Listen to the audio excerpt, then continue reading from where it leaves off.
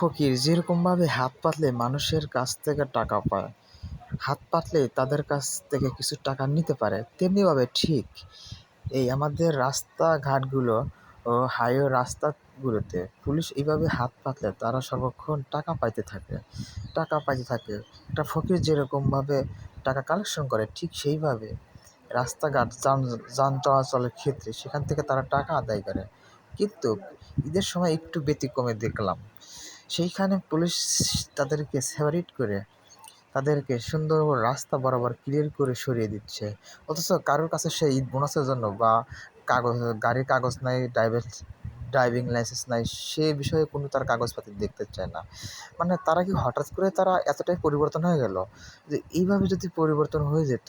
এই ঈদের যান চলাচল যেভাবে তারা সহযোগিতা করে, এইভাবে তারা যদি মানুষকে সেবা করে যেত, তাহলে তাদের প্রশংসা মানুষ তাদের জন্য দোয়ায় কান্না ভেসে